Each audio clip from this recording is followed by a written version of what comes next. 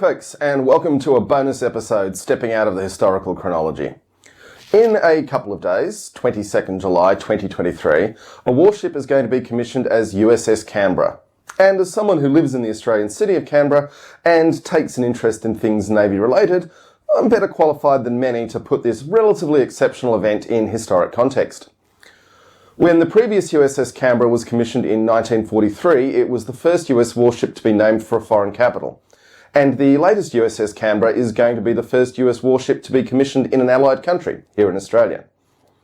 As we'll explore in this episode, a surprising number of ships in war have taken the name Canberra, considering it's a landlocked city. For those who don't know, since 1927, Canberra has been the capital of Australia, purpose-built on the banks of the Molonglo River on formerly excellent sheep paddocks, because the states of Victoria and New South Wales can never agree on anything, not least whether the cities of Sydney or Melbourne should be the capital. The first ship to take the name HMAS Canberra was one of two heavy cruisers the Royal Australian Navy took into the Second World War. The other one was called HMAS Australia, to give you some idea of the naming stakes. They were the most powerful vessels in the Australian fleet.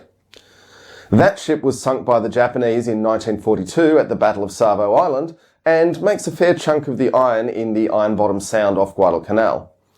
The US Navy, as the senior Allied partner in the battle, felt quite badly about Australia losing one of its two major combatants, and that's where the decision came from to name an American heavy cruiser in her honour.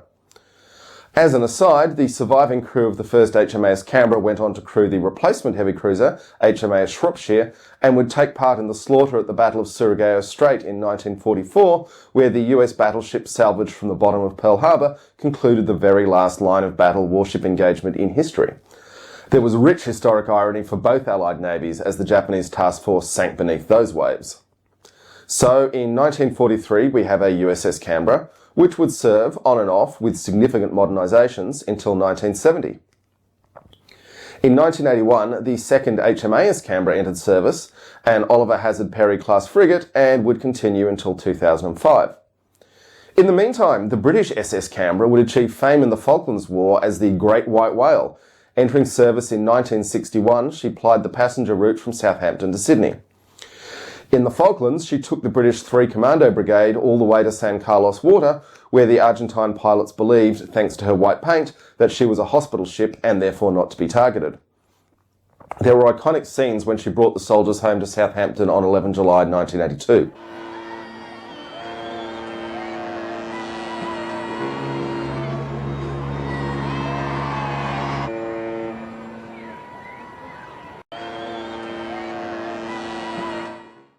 Her final voyage was in 1997. And from 2005, there were no ships called Canberra. In 2014, the landing helicopter dock HMAS Canberra was commissioned.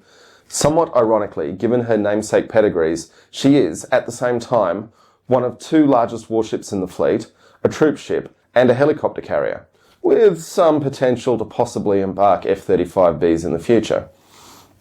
She is still in service, with no plans for her retirement. And this weekend, the latest in this lineage is being commissioned in Sydney, Australia, as the second USS Canberra. Some might say that an Independence-class LCS, known to their friends as little crappy ships, or more formally, littoral combat ships, is a poor inheritor of the name. But they are ships built by Austal, a company that started out making high-speed ferries in Perth, Australia, and is now a major global shipbuilder. Given the unique heritage of the ship name, there really was only one class it could have been attached to. Just quickly, before we go, the US Navy has produced a crest for the new Canberra. It's unfortunate one of the swords appears to be stabbing the kangaroo. Thank you to the war nerd himself, John Dolan, for pointing that out to me. And there's a bandage on the kangaroo's tail that I suspect relates to the naming of the ship being an attempt to make whole the loss of the first HMAS Canberra. While the crest is heavily inspired by the coat of arms of the city of Canberra, it's a shame the designer didn't know this place better, because we'd have preferred something with sky whales and dick owls. Maybe something like this the crew would like to take up as an unofficial version. I hope I've cleared things up, and we'll head back now to Eastern Roman naval matters in the next episode. Don't forget to like and subscribe for more maritime history.